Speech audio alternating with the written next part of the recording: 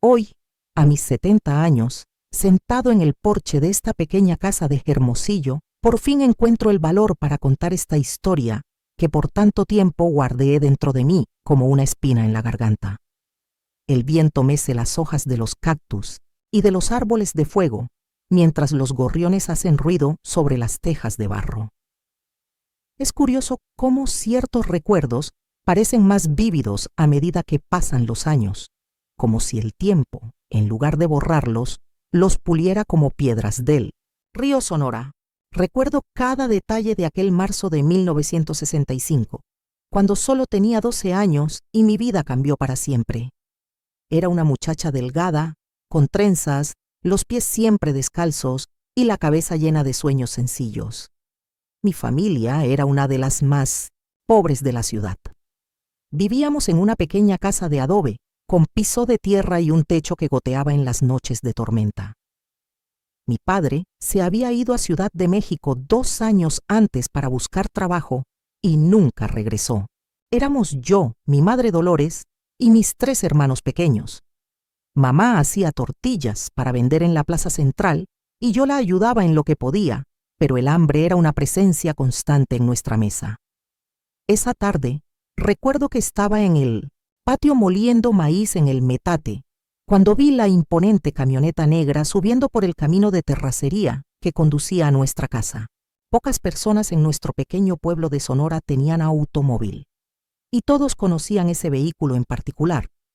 Pertenecía a don Francisco Valenzuela, el hombre más rico y temido de la región. Era dueño de la fábrica textil más grande de Sonora y de varias fincas en una extensión de terreno tan grande que se decía que ni siquiera él conocía todos sus límites. El polvo que levantaban las ruedas del camión formaba una nube amarillenta que me ardía a los ojos. Corrí dentro de la casa para contarle a mi madre sobre la importante visita. Dejó el rosario con el que estaba rezando, pasó las manos por su delantal descolorido y se acomodó el cabello negro, que ya estaba salpicado de mechones blancos. Don Francisco entró en nuestra casa agachándose para no golpearse la cabeza contra el marco bajo de la puerta. Era un hombre alto, de piel bronceada por el sol, cabello gris y un bigote espeso que se movía mientras hablaba. Llevaba una camisa de algodón blanca impecable, pantalones de tela fina y botas de cuero pulido. El contraste entre su imponente figura y nuestro humilde hogar me hizo sentir vergüenza por primera vez de mi propia pobreza. Se quitó el sombrero de fieltro y saludó a mi madre con una formalidad que nunca vida había visto antes. Noté que ella temblaba levemente mientras lo invitaba a sentarse en una de nuestras rústicas sillas de madera. Fue como si un rey hubiera decidido visitar la cabaña de sus súbditos. Don Francisco no estaba solo. Un hombre más joven esperaba afuera, con sombrero en mano. Era Tomás, su capataz, a quien todos conocían por su inquebrantable lealtad a su jefe. Me asomé por la rendija de la puerta de la única habitación de la casa, curiosa y asustada a la vez. Don Francisco hablaba en voz lenta mientras mi madre se limitaba a asentir, con la mirada baja y las manos inquietas en el regazo.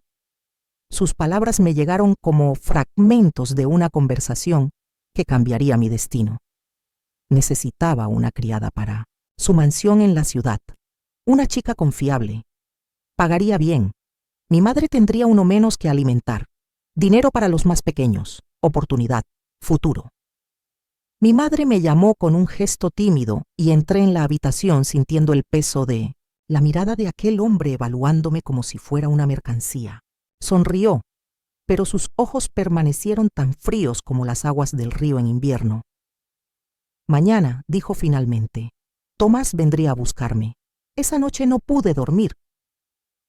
Acostado en la estera que compartía con mis hermanos, sentí que mi corazón latía salvajemente contra mi pecho. Mi madre se acercó mientras todos dormían y colocó una pequeña medalla de Nuestra Señora de Guadalupe en mi mano. Era su posesión más preciada, heredada de mi abuela. Me susurró que el santo me protegería donde quiera que fuera. Las lágrimas silenciosas que corrieron por su rostro Me asustaron más que cualquier cosa esa noche. Nunca había salido de casa antes, nunca y más desde. Había estado lejos del abrazo protector de mi madre por más de unas pocas horas. La mañana siguiente trajo consigo la sensación de inevitabilidad que acompaña a los grandes cambios en la vida. Mi pequeño paquete contenía 2 cambios de ropa remendada, un peine de madera y la medalla sagrada. Tomás llegó puntualmente, cargando mi equipaje como si no pesara nada. Mi madre me abrazó fuerte, intentando grabar en mi memoria el calor de su cuerpo, el olor familiar del maíz y del jabón casero. Mis hermanos lloraron aferrados a mi falda, sin comprender el alcance de aquella separación. Yo también lloré, pero intenté ser fuerte. Por ellos, por mi madre, por mí. El camino que conduce a la ciudad serpentea a través de las áridas montañas de Sonora. Nunca yo había estado tan lejos de casa. Cada giro me alejaba más de ese mundo pequeño y familiar. Intenté grabar en mi memoria cada detalle del paisaje que dejé atrás, sin saber cuándo lo volvería a ver. Tomás conducía en silencio, respondiendo a mis pocas preguntas con monosílabos o gruñidos. Después de horas que parecieron una eternidad, vimos la ciudad y, en lo alto de una colina, la mansión Valenzuela, imponente como un castillo de cuento de hadas, amenazante como una fortaleza. Los que me estáis escuchando ahora, si podéis, dejad un comentario diciendo dónde estáis y suscribíos al canal para seguir esta historia que he guardado conmigo durante tanto tiempo, como un secreto doloroso que por fin encuentra voz. La mansión Valenzuela era más grande e impresionante que cualquier edificio que mis ojos de niña hubieran visto jamás. 3 pisos de paredes blancas, columnas imponentes, ventanas altas con cortinas de seda que bailaban con la brisa. El jardín delantero exhibía flores exuberantes que nunca había visto antes, dispuestas en patrones perfectos como una alfombra colorida. Una fuente de piedra con la figura de un ángel brotaba agua cristalina en el centro. Tomás me condujo por un camino lateral hasta la entrada trasera, donde una mujer de mediana edad nos estaba esperando.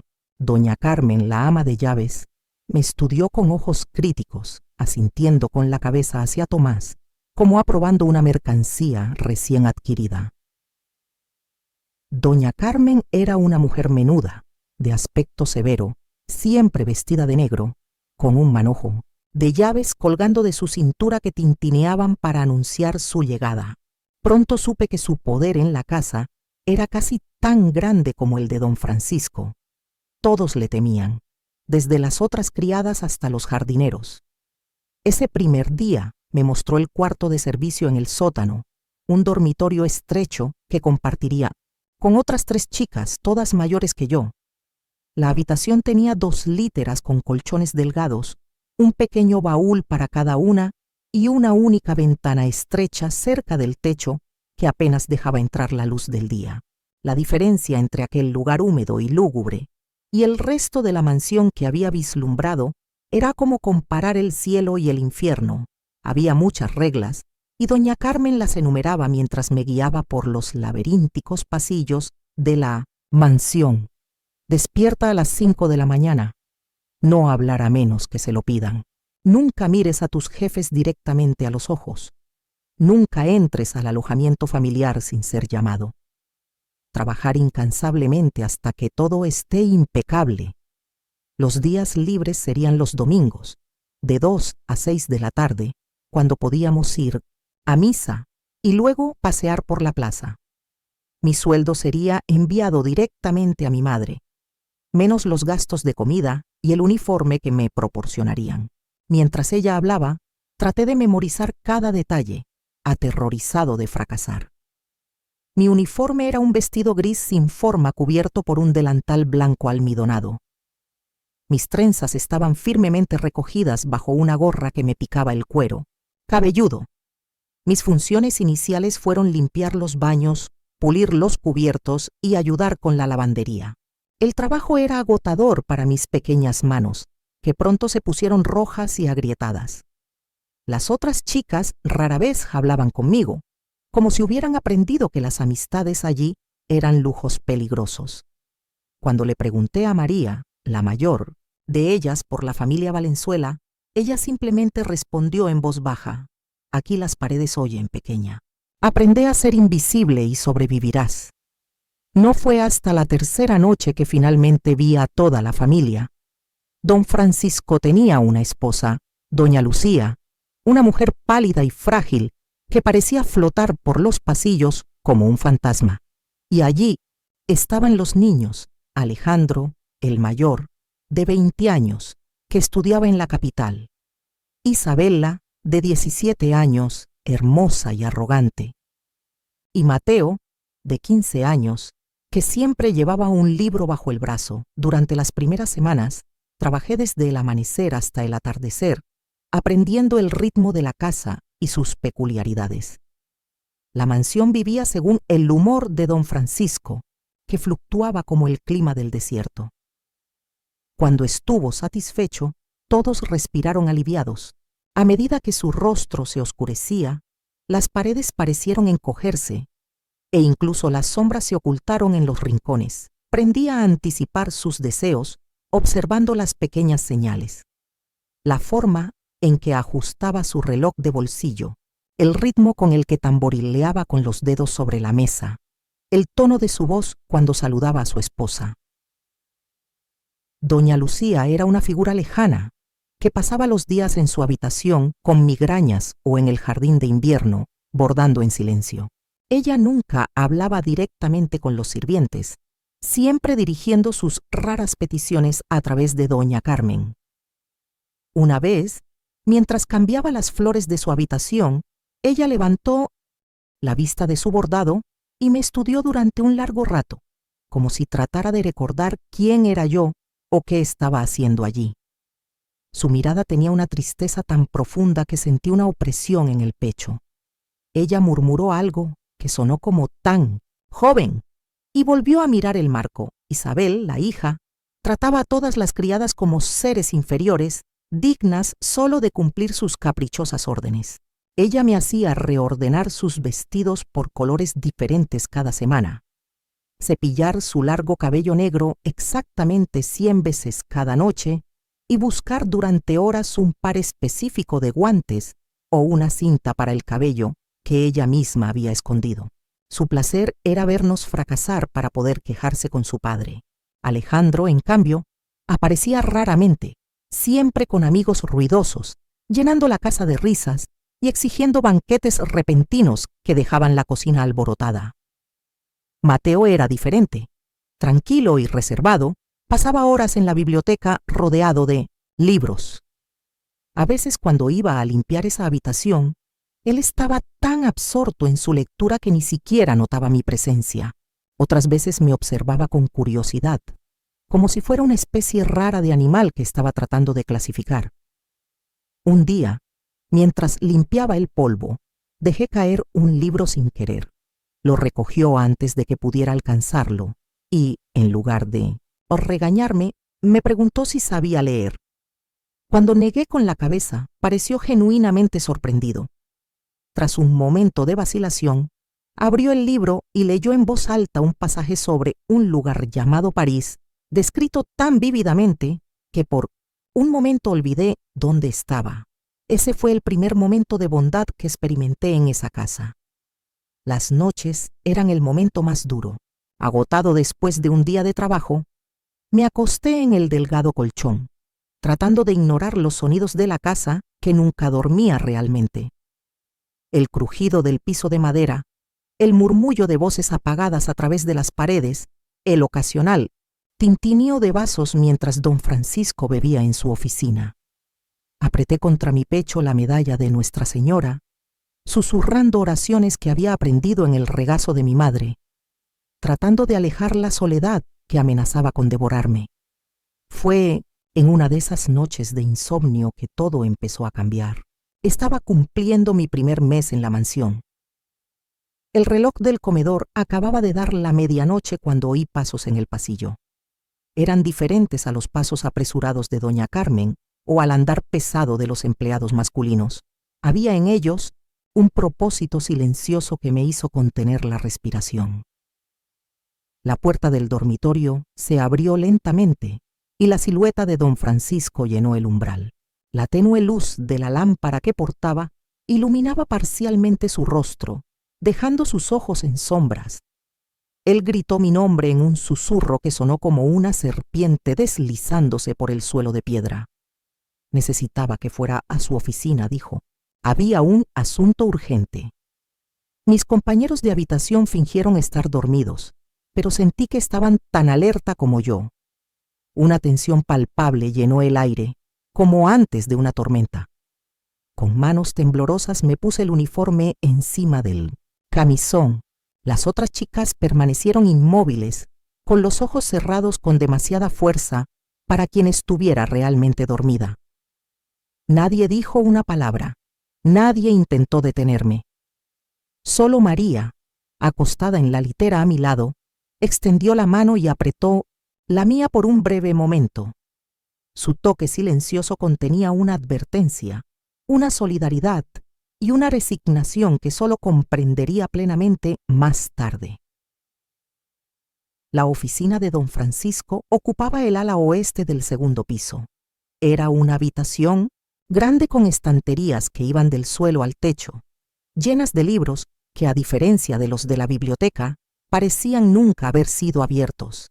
Una pesada mesa de roble dominaba el centro, sobre una alfombra roja importada de algún país lejano. Las paredes exhibían cabezas de animales disecadas, un ciervo, un jabalí, un puma, trofeos de cacerías que relataba con tediosos detalles durante la cena. El aire olía a puros, a cuero y al whisky que bebía todas las noches. Cuando entré, él estaba de espaldas a la puerta, sirviéndose una bebida color ámbar en un vaso de cristal. Se giró lentamente. Sus ojos recorrieron mi cuerpo de arriba a abajo de una manera que me hizo querer acurrucarme como un caracol dentro de su caparazón.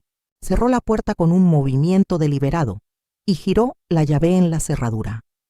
El clic metálico resonó como una frase. Me preguntó si me gustaba trabajar allí, si mi familia había recibido su salario y si estaba comiendo bien. Sus preguntas parecían genuinamente interesadas, pero había algo depredador en la forma en que se acercaba, cerrando el espacio entre nosotros con cada palabra. Respondí con monosílabos, con los ojos fijos en el dibujo de la alfombra, contando los hilos rojos y dorados que se entrelazaban como serpientes. Me tocó la barbilla con dedos fríos, obligándome a mirarlo. Dijo que le recordaba a alguien que había conocido hacía mucho tiempo. Dijo que yo era especial, que me había observado, que no tendría que trabajar tanto si cooperara con ciertos deseos que él tenía. Su voz era suave, casi paternal, pero sus palabras cayeron como piedras en el fondo de mi estómago. Luego dio un paso atrás y comenzó a desabotonarse el chaleco. El tiempo parecía haberse ralentizado. Todo mi cuerpo temblaba, pero estaba paralizado como un pájaro hipnotizado por una serpiente. Lo que ocurrió aquella noche en la oficina de don Francisco es algo que durante décadas he tratado de empujar a los rincones más oscuros de mi memoria, como alguien que esconde una herida supurante bajo vendas limpias. Pero las heridas ignoradas nunca sanan verdaderamente. Hoy, tantos años después, con las manos arrugadas por el tiempo y el alma cansada de cargar secretos, me doy cuenta de que el silencio solo protegía a quienes no merecían protección. Así que por primera vez dejaré salir las palabras, como un veneno finalmente expulsado. Don Francisco no era amable. No hubo seducción ni palabras dulces, solo la fuerza bruta de un hombre acostumbrado a tomar lo que quería sin pedir permiso. Mis súplicas, mi llanto, mi pequeño cuerpo intentando escapar. Nada de eso importaba. Me tapó la boca con su mano callosa que olía a tabaco y alcohol. Me susurró que me callara, que nadie me creería, que mi familia dependía de mi trabajo. Cuando todo terminó, tiró unas monedas sobre la alfombra, como si con eso pudiera pagar lo que me había robado. Él dijo que era nuestro secreto, que debía regresar a mi habitación y no contárselo a nadie, que me llamaría cuando quisiera. Regresé al sótano como un fantasma, sintiéndome separado de mi propio cuerpo. Las lágrimas se habían secado en mi cara, dejando rastros salados que escocían como pequeñas heridas. En la habitación oscura, María estaba despierta, sentada en el borde de su cama. Sin decir palabra me condujo al pequeño baño que compartíamos. Llenó una palangana con agua y suavemente, con un paño húmedo, me limpió la cara, las rodillas y los brazos. Sus lágrimas silenciosas se mezclaron con las mías, mientras murmuraba palabras de consuelo en un dialecto indígena que no entendía, pero que calmaron mi alma destrozada. A la mañana siguiente me levanté como todos los demás. Me puse el uniforme e hice mis tareas. Nadie parecía notar que yo era diferente, que algo se había roto irremediablemente dentro de mí, o tal vez se dieron cuenta y decidieron no ver, como sucede en las grandes casas donde los secretos se guardan entre paredes silenciosas. Don Francisco desayunó leyendo el periódico, hizo sus exigencias habituales, se quejó del excesivo calor de aquel verano. Cuando nuestros caminos se cruzaron, me trató exactamente igual que antes, como si yo fuera invisible, un objeto más en su casa. Las semanas siguientes trajeron más visitas nocturnas a la oficina. Aprendí a desconectarme, a dejar mi mente atrás, mientras mi cuerpo soportaba lo insoportable. Me imaginé corriendo por los campos de mi infancia, oliendo el maíz maduro, escuchando la risa de mis hermanos. María intentó protegerme lo mejor que pudo, intercambiando sus descansos por los míos cuando notaba que don Francisco estaba particularmente irritado, creando pequeñas distracciones cuando sus ojos me seguían por la casa. Pero poco podíamos hacer contra el poder absoluto que ejercía sobre nuestras vidas. Entonces, una mañana de agosto, menos de 3 meses después de mi llegada a la mansión, me desperté sintiéndome profundamente enfermo. El olor a huevos friéndose en la cocina, que normalmente me agradaba, me revolvió el estómago. Salí corriendo y apenas llegué al jardín antes de vomitar. Ocurrió de nuevo al día siguiente y al siguiente. María me observaba con ojos preocupados mientras yo trataba de ocultarle mi incomodidad a doña Carmen. Fue María quien primero se dio cuenta de lo que estaba sucediendo. Una noche, mientras los demás dormían, él se sentó a mi lado en la cama y puso su mano sobre mi vientre todavía plano. Sus ojos oscuros se encontraron con los míos, llenos de una compasión que no necesitaba palabras. No quería creerlo, no podía aceptarlo. A los 12 años apenas entendía las transformaciones en mi cuerpo y ahora cargaba dentro de mí la consecuencia más terrible de aquellas noches en la oficina. María me abrazó fuerte mientras yo ahogaba mis sollozos en la almohada. Le prometí que huiría en la primera oportunidad, que volvería a casa de mi madre, que encontraría una manera de sobrevivir. Pero María, con la sabiduría de quien ha presenciado muchas tragedias similares, me explicó que no sería tan sencillo. Don Francisco no me permitió salir con la prueba de sus abusos. Mi familia nunca pudo protegerme de su influencia. Si intentaba escapar, él enviaría hombres para traerme de regreso y el castigo sería severo. Nuestra única esperanza, dijo, era ocultar el embarazo durante el mayor tiempo posible y luego encontrar una forma de enviarme lejos a algún lugar donde él no pudiera alcanzarme. Durante las siguientes semanas, María se convirtió en mi protectora y cómplice. Ajusté mis uniformes para ocultar el pequeño bulto que comenzaba a formarse. Preparé infusiones de hierbas para aliviar las náuseas matinales. Él asumía las tareas más pesadas cuando doña Carmen no miraba. Incluso creó un sistema de señales para hacerme saber cuándo era seguro salir de una habitación o cuándo debía esconderme. Mientras tanto, escribí cartas desesperadas a mi madre, rogándole que viniera a buscarme, pero nunca recibí respuesta. Más tarde descubrí que don Francisco interceptaba todo el correo que entraba o salía de la mansión, Durante casi 4 meses logramos mantener el secreto. Mi barriga iba creciendo poco a poco, pero la ropa holgada y el carácter absorto de los habitantes de la casa mantenían mi condición oculta.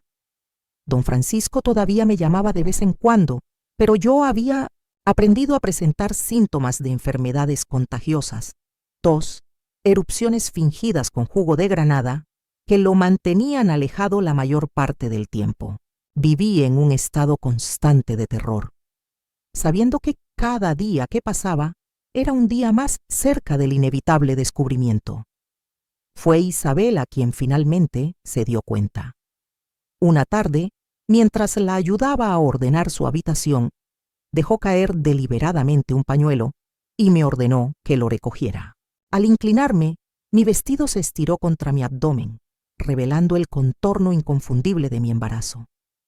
Sus ojos se abrieron, primero en shock, luego con una mezcla de disgusto y triunfo malicioso. Sin decir palabra, dio media vuelta y salió de la habitación. Sabía exactamente a dónde iba. Corrí al sótano buscando a María, pero la habían enviado a la ciudad a hacer compras. Estaba sola cuando don Francisco irrumpió en el dormitorio de las criadas, con el rostro contorsionado por la furia. Me agarró del brazo con tanta fuerza que me dejó marcas moradas y me arrastró por las escaleras hacia su oficina. Allí cerró la puerta y me enfrentó con una furia calculada, más aterradora que cualquier explosión. ¿Cómo me atrevo a avergonzarlo de esta manera? ¿Quién era el padre? ¿Estabas tratando de extorsionarlo? Las preguntas eran absurdas, crueles en su hipocresía. Cuando finalmente logré balbucear que él era el único hombre que me había tocado, su mano cayó sobre mi cara con una fuerza brutal. Me llamó mentirosa, puta y desagradecida después de todo lo que había hecho por mi familia. Mientras yo me encogía contra la pared, don Francisco caminaba de un lado a otro como una bestia enjaulada. Su mente trabajaba rápidamente, calculando, planificando. Finalmente, se detuvo y me miró con fría determinación en sus ojos.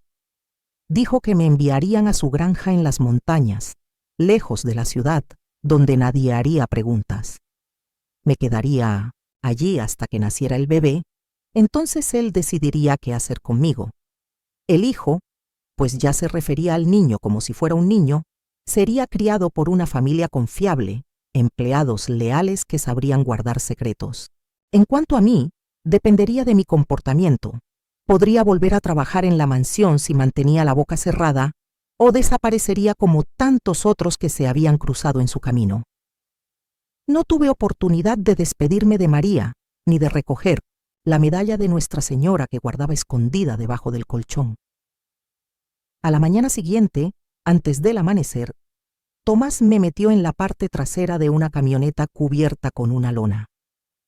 Llevé solo la ropa que llevaba puesta y un pequeño paquete con artículos básicos que doña Carmen había preparado con evidente desprecio, como si hubiera contraído una enfermedad vergonzosa.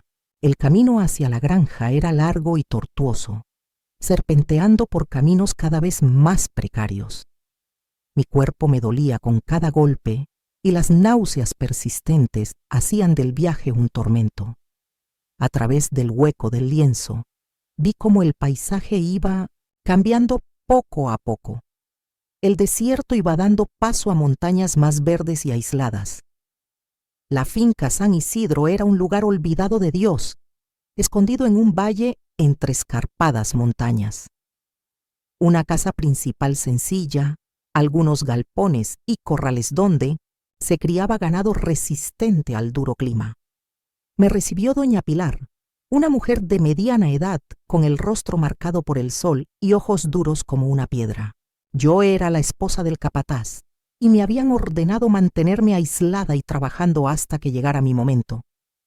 No mostró sorpresa al ver embarazada a una niña de 12 años, solo resignación, como si fuera una carga más en una vida ya pesada. Mis días en la granja estaban llenos de trabajo constante, a pesar de mi condición. Se levantaba antes del amanecer para ordeñar las vacas, preparar el desayuno para los trabajadores y lavar la ropa en el arroyo helado que atravesaba la propiedad. Mi vientre creció, pesado y torpe en mi cuerpo aún infantil.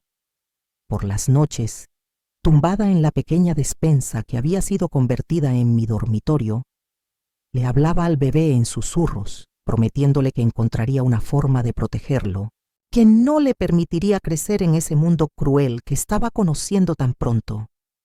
El tiempo transcurría lentamente, marcado únicamente por los cambios en mi cuerpo y las estaciones que se alternaban en las montañas.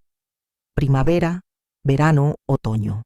Los trabajadores del campo me evitaban como si trajera mala suerte. Las pocas mujeres que vivían allí, las esposas de los peones, me miraron con una mezcla de lástima y desconfianza. Solo Jacinta, una india yaqui que vivía cerca y que ocasionalmente venía a vender hierbas y ungüentos, mostró alguna amabilidad. Ella me trajo tés para aliviar el dolor de espalda, ungüentos para las estrías que aparecieron en mi piel estirada, y me enseñó cánticos antiguos para calmar al bebé cuando se quejaba demasiado dentro de mí. Fue Jacinta quien se dio cuenta de que algo andaba mal cuando entré en el 9º mes. Mis tobillos se habían hinchado hasta el punto de no poder reconocerlos. Manchas oscuras bailaban ante mis ojos cuando me levantaba demasiado rápido, y un dolor constante me apretaba las sienes día y noche. Jacinta le advirtió a doña Pilar que necesitaba ver un médico, que había síntomas de complicaciones que ella reconocía de otros embarazos problemáticos que había visto, pero doña Pilar se limitó a negar con la cabeza. Don Francisco había sido claro: nadie de fuera debía saber de mi existencia. Un médico haría preguntas y difundiría rumores. Yo tendría que aguantar hasta el parto y Jacinta, con su experiencia como matrona, tendría que ser suficiente. Así que seguí trabajando, cada día más pesado, más cansado, más asustado de lo que estaba por venir. El dolor comenzó en una noche tormentosa, cuando el cielo parecía querer derrumbarse sobre las montañas. Los relámpagos atravesaban las nubes negras y el viento aullaba como un alma perdida a través de las grietas de las ventanas mal selladas. Me desperté empapado, inicialmente pensando que la lluvia había penetrado el techo destartalado, hasta que me di cuenta de que se me había roto la fuente. Pedí ayuda, pero mi voz fue devorada por el trueno. Me arrastré por el pasillo hasta la cocina, dejando un rastro de agua a mi paso, agarrándome a los muebles para mantenerme en pie. Doña Pilar preparaba velas ante la imagen de San Isidro, temiendo que el temporal dejara sin electricidad a la finca, que funcionaba de forma intermitente. Cuando me vio, su rostro endurecido por la vida se suavizó momentáneamente. Él me ayudó a regresar a mi habitación, envió a uno de los trabajadores a buscar a Jacinta y comenzó a preparar agua caliente y toallas limpias. La lluvia torrencial hizo casi imposible moverse por la zona, pero de alguna manera Jacinta llegó 2 horas después, empapada y cargando su bolsa de hierbas e instrumentos. El trabajo fue largo y difícil. Mi cuerpo, demasiado joven y desnutrido, luchó para traer esa vida al mundo.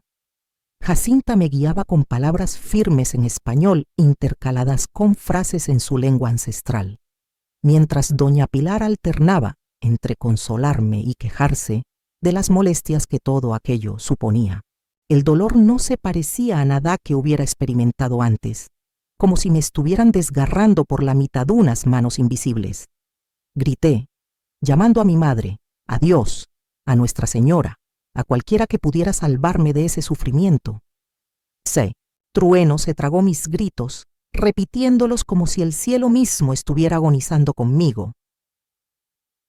Cuando el sol empezó a salir, débil detrás de las nubes que se dispersaban lentamente, había perdido todo sentido del tiempo y del lugar. Estaba exhausta más allá de toda medida, flotando entre la conciencia y la oscuridad.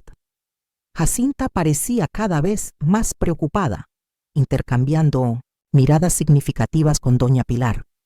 Sus manos se movieron entre mis piernas, evaluando algo que no podía ver. El bebé estaba atrapado, dijo finalmente. Tuve que intentar darle la vuelta o ni yo ni el niño sobreviviríamos. Lo que siguió fue la peor parte de toda la experiencia.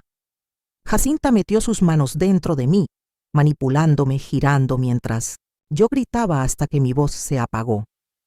Doña Pilar me sujetó por los hombros, impidiéndome permanecer quieto. Una vez más, pensé que moriría allí, en esa casa extraña y hostil, lejos de todos los que amaba. La oscuridad me llamaba, prometiendo alivio, y yo estaba listo para rendirme ante ella. Entonces, a través de la neblina del dolor y el agotamiento, oí un sonido débil y distante, un grito vacilante, como el maullido de un gatito recién nacido. Mi corazón dio un vuelco. Intenté abrir los ojos, que estaban pesados como el plomo. Jacinta estaba de espaldas a mí, inclinada sobre algo que había colocado en una palangana. Doña Pilar miró por encima del hombro. Su rostro era una máscara, ilegible. Por un momento terrible pensé que mi bebé estaba muerto, que el llanto había sido solo una alucinación de mi mente desesperada. Reuní mis últimas fuerzas para levantar la cabeza y preguntar por mi bebé. Jacinta se giró lentamente, con los brazos llenos de un pequeño paquete. Su cara estaba mojada por las lágrimas. Me lo trajo y con infinita ternura colocó el paquete cerca de mi pecho. Era un niño pequeño y frágil, de piel morada y arrugada, como un pájaro caído del nido antes de tiempo. Sus ojos estaban fuertemente cerrados y su rostro contorsionado en una expresión de supremo esfuerzo, pero no se movió. Él no estaba respirando. El grito que creí oír había sido solo un eco lejano de mi propia esperanza. Mi hijo nació muerto. Jacinta murmuró palabras de consuelo en su idioma, diciendo que a veces los niños no están hechos para este mundo, que hay lugares mejores para almas tan puras. Doña Pilar, de una manera sorprendentemente amable, me dijo que me despidiera y que ellos se encargarían de todo más tarde. Pero no podía creer que, después de tanto dolor y sufrimiento, después de llevar esa vida dentro de mí durante 9 meses, ahora todo terminara así, en silencio y desolación. Sostuve a mi hijo contra mi pecho, aunque sabía que no podía sentirme. Canté en voz baja la canción de cuna que me cantaba mi madre, la que prometía que los ángeles vendrían a mecer a los pequeños para dormirlos. Le hablé del mundo que nunca vería, de la abuela que nunca conocería, de los campos, de maíz dorado y los atardeceres anaranjados de Sonora. Describí lo felices que habríamos sido si el destino hubiera sido más generoso con nosotros. En un momento dado, le quité la pulsera trenzada que había hecho durante mi embarazo, hecha con fibras del campo y pequeñas semillas de colores, y se la coloqué en su pequeña muñeca. Quería que llevaras algo mío contigo, donde quiera que vaya. No, sé cuánto tiempo permanecí así, acunando a mi hijo sin vida. El sol ya estaba alto cuando Jacinta lo tomó suavemente de mis brazos. Dijo que necesitaba prepararlo, que no era bueno prolongar las despedidas. Intenté resistirme, pero estaba demasiado débil por la pérdida de sangre y el esfuerzo del parto. Me quedé dormido entre lágrimas, un sueño inquieto lleno de sueños confusos, donde un bebé lloraba en algún lugar lejano, pero no podía alcanzarlo.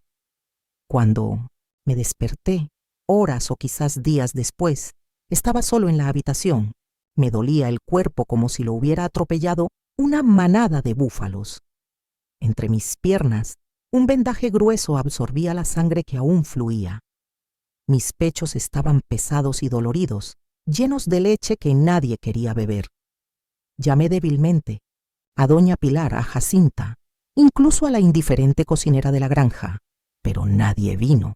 Con un esfuerzo sobrehumano, me arrastré fuera de la cama. La habitación giraba a mi alrededor mientras me aferraba a las paredes para mantenerme en pie. En el pasillo, la casa parecía extrañamente silenciosa. Me tambaleé hasta la cocina, donde solo encontré los restos fríos de una comida abandonada. Apresuradamente, algo había sucedido mientras dormía. El instinto me dijo que estaba relacionado con mi bebé. En el patio de la granja, vi a un pequeño grupo reunido bajo el gran olivo que dominaba la propiedad. Jacinta estaba allí, junto con el capataz y 2 trabajadores con palas. Doña Pilar supervisaba algo con los brazos cruzados sobre el pecho. Incluso en mi condición debilitada, comprendí inmediatamente lo que estaba sucediendo. Estaban enterrando a mi hijo. Comencé a correr hacia ellos, ignorando nuevamente el dolor punzante y la sangre que corría por mis piernas. Les grité que pararan y que me esperaran. Necesitaba despedirme como es debido. Necesitaba ver tu cara una última vez. Pero mi cuerpo traidor no pudo soportar el esfuerzo. A pocos metros del grupo, me desplomé en el suelo polvoriento, conteniendo sollozos desesperados.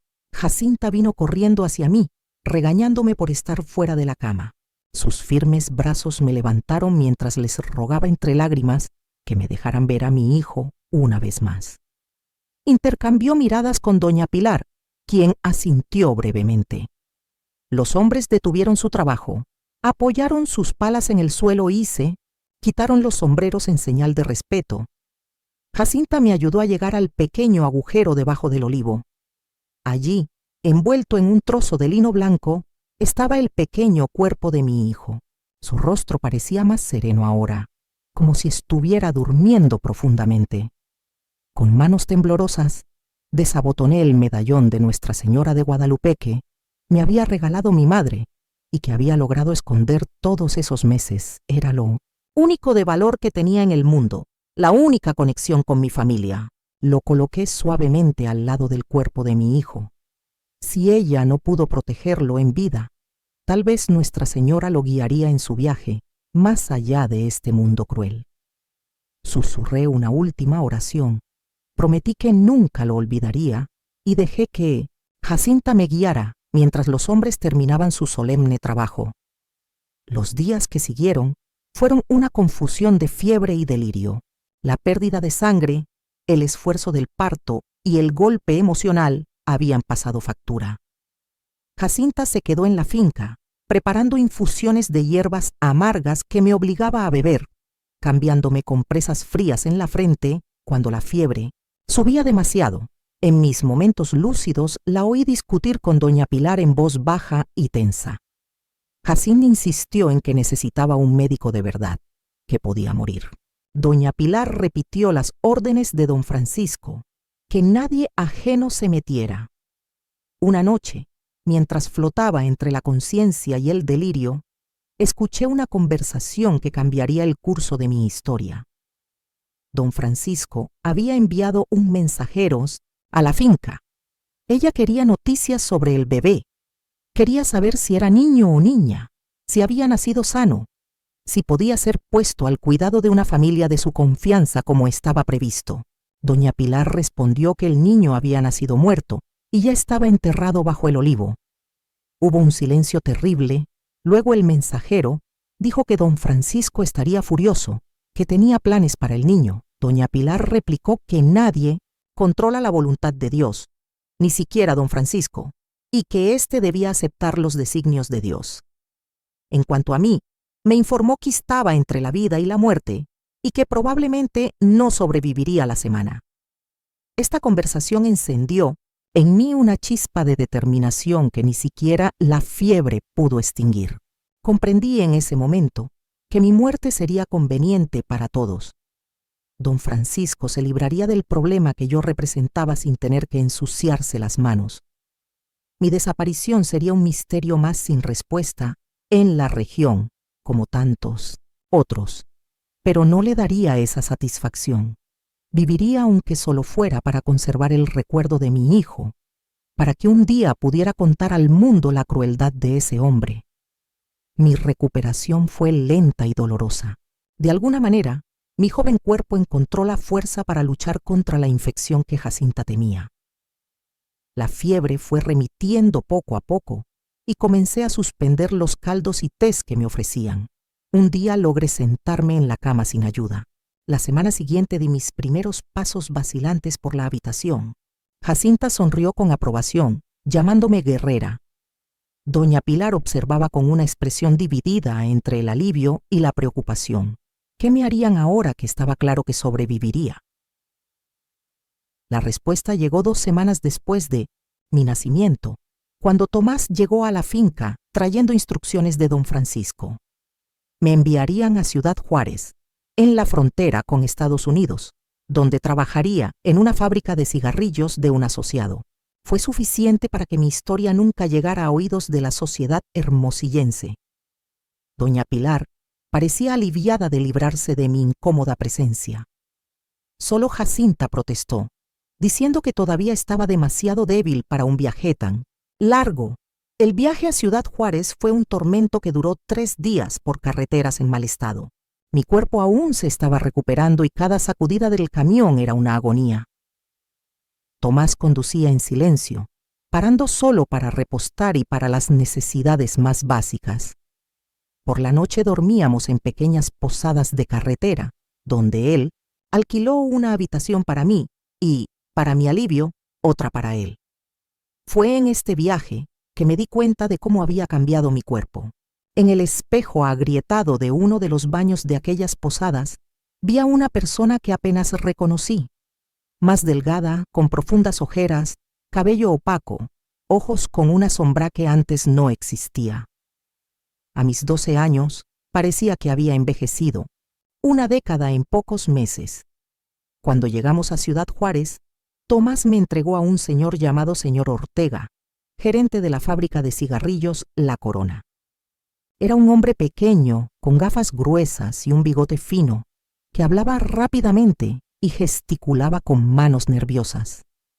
Mirándome de arriba abajo, comentó que parecía demasiado débil para el trabajo, pero que don Francisco había sido generoso en su pago por aceptarme, por lo que encontraría algo que yo pudiera hacer.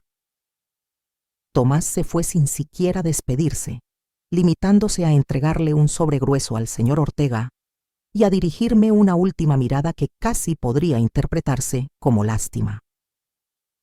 Lance, fábrica estaba ubicada en un edificio de ladrillos rojos en las afueras de la ciudad. El aire en el interior estaba cargado de olor a tabaco que lo impregnaba todo, las paredes, la ropa, incluso la piel. Allí trabajaban sobre todo mujeres sentadas en largas mesas donde separaban las hojas de tabaco o liaban cigarrillos con movimientos tan rápidos que mis manos jóvenes e inexpertas nunca podrían imitarlos. A mí me asignaron la tarea de seleccionar las hojas, tarea de menor habilidad, donde estaban los más pequeños y los mayores, cuyos dedos no tenían la agilidad necesaria para el trabajo de enrollado. El señor Ortega me proporcionó un lugar para vivir, un pequeño cuarto en la parte trasera de la casa de su hermana viuda, doña Mercedes. El acuerdo incluía, además del alojamiento, 2 comidas al día a cambio de ayudar con las tareas del hogar después de mi turno en la fábrica. Fue una vida dura, pero al menos doña Mercedes no era cruel como doña Pilar. Era una mujer sencilla y religiosa que pasaba horas rezando el rosario y parecía creer sinceramente la historia que le habían contado, que yo era huérfana bajo la protección de don Francisco. En las primeras semanas, el trabajo en la fábrica era agotador. Mis dedos estaban doloridos y manchados de color marrón por el tabaco. El polvo me irritó la garganta y los ojos, causándome tos constante. Al principio, los demás trabajadores me evitaban. Alguien nuevo y tan joven seguramente no duraría mucho. Además, corría el rumor entre ellos de que yo tenía algún tipo de conexión especial con los jefes, lo que generaba desconfianza. Solo Carmen, una chica de 18 años que trabajaba en la mesa de al lado de la mía, me ofreció alguna amistad. Ella fue quien me enseñó los trucos para que el trabajo fuera menos doloroso. Cómo posicionar los dedos, qué tipo de guantes improvisados utilizar, cómo calmar la irritación de los ojos con compresas de té. Poco a poco fui estableciendo una rutina. Se despertaba antes del amanecer, trabajaba 10 horas en la fábrica, ayudaba a doña Mercedes con las tareas de la casa y todas las noches caía exhausta en la cama. Cada centavo que recibí fue guardado cuidadosamente dentro de una pequeña muñeca de trapo que hice en mirar o tiempo libre. Mi plan era ahorrar lo suficiente para algún día regresar a Hermosillo y encontrar a mi familia. Por la noche, antes de irme a dormir, hablaba en voz baja con mi hijo. Le contaba cómo había sido mi día y le prometía que un día volvería a visitar su tumba bajo el olivo. Los domingos eran mis únicos momentos de relativa libertad.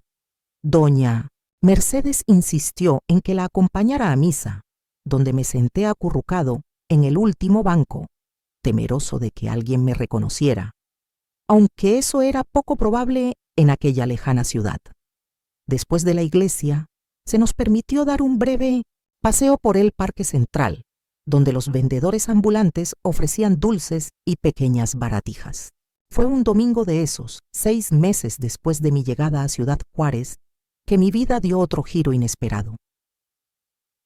Ese domingo, el parque estaba más concurrido de lo habitual, debido a una pequeña feria de artesanía. Doña Mercedes estaba ocupada, admirando los manteles bordados, lo que me dio la rara oportunidad de pasear solo entre los puestos. Me detuve frente a una librería de libros usados, atraída por las coloridas portadas que representaban mundos diferentes al que yo vivía. Estaba hojeando tímidamente un volumen cuando una voz masculina sonó a mi lado. Así conocí a Eduardo Ramírez. Tenía 19 años, trabajaba como mecánico en el taller de su padre y tenía unos ojos que sonreían antes que sus labios. En ese primer encuentro me preguntó qué libro estaba buscando. Cuando admití avergonzado que no sabía leer muy bien, pareció genuinamente sorprendido. Sin rastro de burla, se sentó conmigo en un banco cercano y comenzó a contarme la historia del libro que tenía en las manos. Una aventura sobre marineros y tierras lejanas. Durante las siguientes semanas, comencé a encontrarme con Eduardo por casualidad, en el parque todos los domingos. Doña Mercedes, al darse cuenta de lo que ocurría, inicialmente frunció el ceño en señal de desaprobación.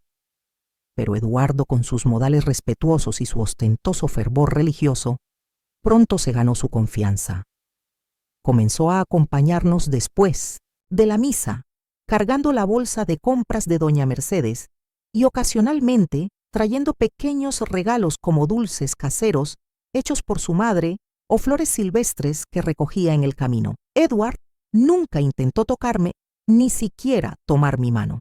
Nos sentamos a una distancia respetuosa bajo la atenta mirada de doña Mercedes y hablamos de todo y de nada.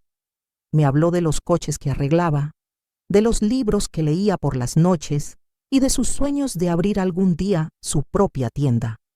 Lo escuché fascinado por su pasión, por su certeza de que el futuro sería mejor. Era un optimismo que había olvidado que existía.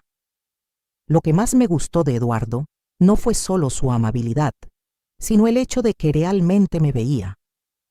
No como un sirviente, ni como un trabajador, ni como un problema a resolver, sino como una persona con pensamientos y sentimientos propios. Él me preguntaba mi opinión sobre las cosas, se interesaba por lo que yo tenía que decir, incluso cuando yo apenas sabía cómo expresar lo que pensaba. Y sobre todo, respetó mi silencio sobre mi pasado. Él sabía que había algo doloroso que no estaba compartiendo y nunca me presionó. Nuestra relación avanzó lentamente, como una flor que florece vacilante después de un duro invierno. Fueron pequeños gestos, un libro prestado que él sabía que yo no podía leer, pero que significaba que estaba pensando en mí durante la semana. Una cinta de pelo que combinaba con el color de mis ojos. Un poema que me recitó en voz baja, lejos de los oídos de doña Mercedes. Cada gesto era una piedra en un nuevo camino que empezaba a vislumbrar, un camino distinto al que don Francisco había trazado para mí. Cuando por fin Eduardo le pidió permiso a doña Mercedes para cortejarme oficialmente, yo ya había cumplido 13 años. La idea de volver a involucrarme con un hombre me aterrorizaba, pero Eduardo era tan diferente de don Francisco como el día de la noche. Él nunca impuso, nunca exigió, nunca tomó sin pedir. Y poco a poco comencé a creer que tal vez existía un tipo de amor que no estuviera asociado con el dolor y la humillación. Doña Mercedes al principio dudaba. Yo era demasiado joven, dijo ella. Además, ¿cuál sería la reacción de don Francisco, su benefactor? Eduardo, demostrando una madurez mayor a su edad, me propuso un largo noviazgo de al menos 2 años hasta que yo tuviera una edad más apropiada para el matrimonio. Argumentó que su familia era honorable, su trabajo era estable y que podíamos esperar el tiempo que fuera necesario para oficializar el compromiso. Lo que doña Mercedes no sabía, lo que nadie sabía, era que la perspectiva de matrimonio con Eduardo representaba para mí mucho más que un simple compromiso romántico. Era mi oportunidad de escapar de la influencia de don Francisco de una vez por todas, de construir una nueva vida donde él no pudiera alcanzarme. La protección de un apellido diferente, de una familia respetada, era la armadura que necesitaba. El temps s'épuisait. Día que cumplí 15 años, Eduardo me pidió formalmente que me casara con él. Estábamos en el pequeño jardín de la casa familiar, donde su madre, doña Clara, había preparado un pastel sencillo para celebrar mi cumpleaños. Su padre, don Manuel, hombre de pocas palabras pero de ojos bondadosos, abrió una botella de vino dulce para brindar por la ocasión. Doña Mercedes observaba la escena con una sonrisa nostálgica, quizá recordando su propio compromiso hacía tantos años. Edward se arrodilló ante mí y me ofreció un fino anillo de plata que, según explicó con orgullo contenido, había ahorrado durante meses para comprarlo. En ese momento, rodeada de esa familia sencilla y honesta, sentí una felicidad que nunca creí posible después de todo lo que había pasado. Fue como si el universo me ofreciera una segunda oportunidad. Acepté con lágrimas en los ojos, consciente de que no estaba siendo del todo honesta con Eduardo. Él solo conocía fragmentos de mi pasado, que era huérfana, que había trabajado en la casa de una familia adinerada, que prefería no hablar de los detalles. Nada de don Francisco, nada del niño enterrado bajo el olivo. Estas verdades eran un peso que llevaba solo, un secreto que temía que, una vez revelado, destruiría cualquier posibilidad de felicidad. La boda se programó para 6 meses después. Durante este periodo, continué trabajando en la fábrica, ahora, con nuevo entusiasmo. Los demás trabajadores, al ver mi anillo de compromiso, comenzaron a tratarme con más amabilidad, compartiéndome consejos sobre la vida de casada y recetas que debía aprender para complacer a mi futuro esposo. Carmen, que se había convertido en mi mejor amiga, me ayudó a coser un vestido de novia sencillo, con tela que compramos con el dinero que había ahorrado en mi muñeca de trapo. La noticia de mi compromiso debió llegar a oídos del señor Ortega, pues un día me llamó a su despacho. Me preguntó por el niño, su familia, cuándo sería la boda. Respondí con cautela, temiendo que pudiera informar a don Francisco, lo que potencialmente arruinaría todo. El señor Ortega me estudió durante un largo momento antes de decir algo que me heló la sangre. Don Francisco visitaría la fábrica el próximo mes para inspeccionar las operaciones. No dijo explícitamente que debía preocuparme, pero la advertencia estaba implícita en sus ojos. Durante las siguientes semanas viví en constante terror. Cada camión que se acercaba a la fábrica hacía que mi corazón se acelerara.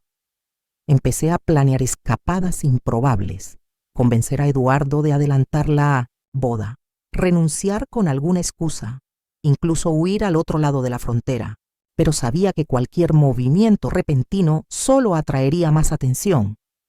Mi única esperanza era que 3 años hubieran cambiado mi apariencia lo suficiente para que don Francisco no me reconociera inmediatamente y que su visita fuera lo suficientemente breve para que yo pudiera esconderme entre las docenas de trabajadores. El día de la visita llegó con la inevitable crueldad. Don Francisco apareció acompañado de empresarios norteamericanos interesados en exportar.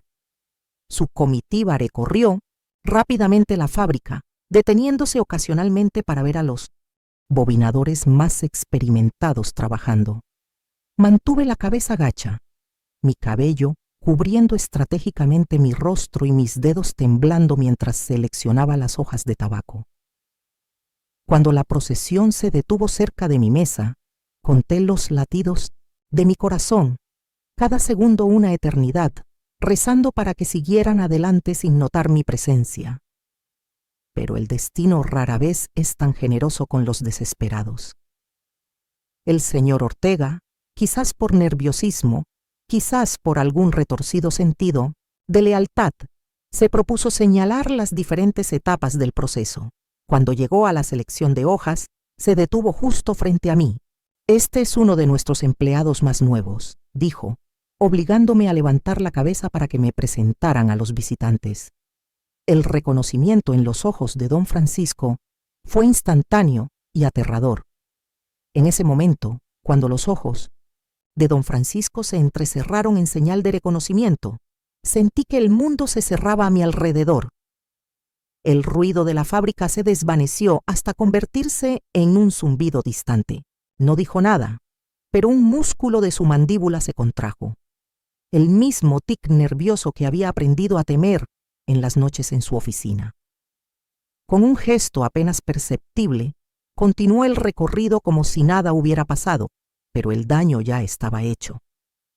Él sabía que estaba viva y sabía dónde encontrarme. El castillo de seguridad que había construido con tanto cuidado estaba empezando a derrumbarse. Al final del día, cuando los trabajadores comenzaron a retirarse, el señor Ortega me llamó nuevamente a su oficina. Don Francisco quería verme, dijo, con aspecto vagamente incómodo. Él me esperaría en la sala de reuniones. En ese momento pensé en huir, simplemente correr por las calles de Ciudad Juárez hasta encontrar a Eduardo y rogarle que se fuera inmediatamente. Pero sabía que sería inútil. Don Francisco me encontraría donde quiera que fuera, y Eduardo y su familia serían arrastrados a un infierno que no merecían. Con piernas que apenas me sostenían, entré a la habitación donde don Francisco me esperaba, solo, con un vaso de whisky en la mano, mirando la calle a través de la ventana polvorienta. Parecía mayor de lo que recordaba, más gris, más encorvado, pero todavía con ese aura de poder innegable. Se giró lentamente cuando oyó que la puerta se cerraba detrás de mí. «Pensé que estabas muerto», dijo con voz controlada, casi casual. «Eso es lo que me dijeron». Permanecí en silencio por temor a que cualquier palabra pudiera provocar su furia. Continuó, tomando un sorbo de su bebida. «Y aquí estás, viva, trabajando en mi fábrica». Él sonrió sin humor. «El destino tiene un interesante sentido de la ironía, ¿no crees?» Finalmente encontré la voz para preguntarle qué quería de mí.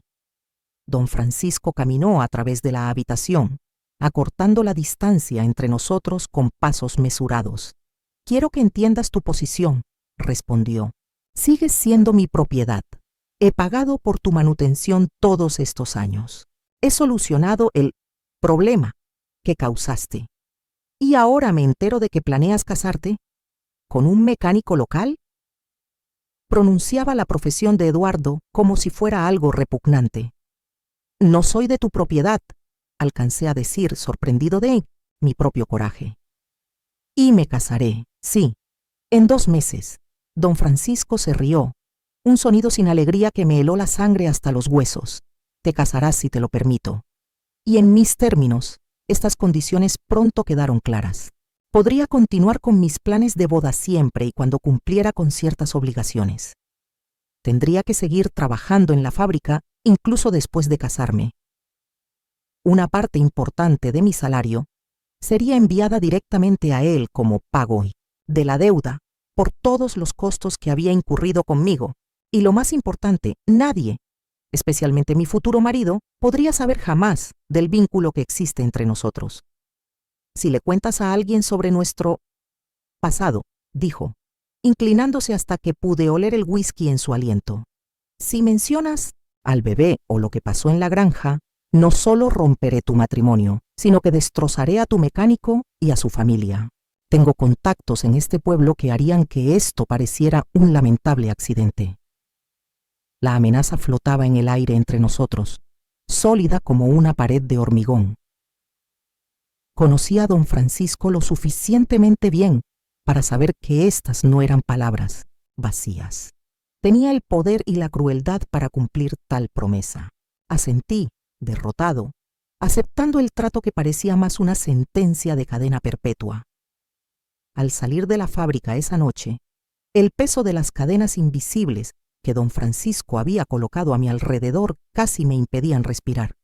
El futuro, que parecía tan prometedor horas antes, ahora estaba empañado por la sombra constante de su influencia. Aún así, decidí que me casaría con Eduardo, no por egoísmo, sino porque amarlo era la única luz en toda aquella oscuridad, lo único que don Francisco no había logrado corromper del todo. Sería esposa de Eduardo, aunque llevara secretos que nunca podría revelar. La boda se llevó a cabo según lo previsto, en una pequeña iglesia donde Eduardo y su familia habían sido bautizados durante generaciones. Mi vestido sencillo, el ramode, flores silvestres, los anillos modestos, todo parecía un sueño que no merecía, pero al que me aferraba desesperadamente. Durante la ceremonia, mientras el sacerdote hablaba sobre la honestidad y la fidelidad, sentí el peso de mis secretos como una piedra en el pecho. Eduardo tomó mis manos con tanta confianza, sus ojos brillando con la promesa de un futuro compartido, completamente ajeno al pasado que yo cargaba y a la amenaza que se cernía sobre nosotros. Al fondo de la iglesia, discreto pero imposible de ignorar para mí, estaba el señor Ortega, los ojos de don Francisco en la ceremonia. Un recordatorio silencioso de que mi libertad era condicional, que cada momento de felicidad sería observado y permitido solo mientras cumpliera mi parte del oscuro trato. Nuestra vida de casados comenzó en un pequeño apartamento de 2 habitaciones encima del taller del padre de Eduardo. El espacio era estrecho, los muebles escasos, pero había allí algo que nunca había conocido en las mansiones y granjas de don Francisco. Había paz. Eduardo trabajaba muchas horas arreglando coches, mientras yo dividía mi tiempo entre la fábrica y el cuidado de nuestra casa. Los fines de semana me enseñaba a leer mejor, guiando pacientemente mis dedos sobre las páginas de libros usados que compraba especialmente para mí. Por la noche, su amor era dulce, respetuoso, siempre pidiendo, nunca tomando, tan diferente de la violencia que había conocido en el pasado, que a veces lloraba en silencio después, cuando él ya estaba dormido. Los meses se convirtieron en años. Eduardo nunca cuestionó por qué insistía en seguir trabajando en la fábrica, incluso cuando sus ahorros crecían, o por qué parte de mi salario desaparecía misteriosamente. Él confió plenamente en mí, atribuyendo mi profunda tristeza ocasional al trauma de la orfandad y respetando mi silencio sobre ciertos asuntos. Su familia me adoptó como hija, especialmente doña Clara, quien me enseñó a cocinar platos tradicionales y a administrar un hogar con pocos recursos. En nuestro 3er aniversario de bodas, Eduardo me sorprendió con la noticia de que había ahorrado lo suficiente para abrir su propio taller. El pequeño negocio prosperó rápidamente. Era un mecánico talentoso cuya honestidad atraía clientes leales. Fue en esa época cuando descubrí que estaba embarazada. La noticia debería haber sido solo motivo de alegría, pero trajo consigo un terror paralizante. ¿Cómo podría traer un niño al mundo con la sombra de don Francisco aún sobre nosotros? ¿Cómo podría ser madre si el recuerdo de mi primer hijo, enterrado bajo el olivo, todavía me visitaba en pesadillas? Oculté el embarazo lo más que pude, tanto a Eduardo como a los supervisores de la fábrica. Yo sabía que tarde o temprano tendría que contárselo a mi marido, que él estaría extasiado con la noticia, pero cada día posponía la revelación, temiendo el momento en que don Francisco se enterara, porque con toda seguridad lo descubriría. Sus ojos y oídos estaban en todas partes. Cuando mi barriga empezó a hacerse evidente, contárselo a Eduardo fue inevitable. Como era de esperar, recibió la noticia con desbordante alegría, comenzando inmediatamente a hacer planes para el futuro. Una cuna que construiría con mis propias manos, clases nocturnas que tomaría para mejorar el negocio y apoyar a nuestra creciente familia. Su pura felicidad era como una daga en mi corazón dividido. En la fábrica traté de ocultar mi condición, con ropa holgada, pero los ojos vigilantes del señor Ortega pronto lo notaron. Un día me llamó nuevamente a su oficina.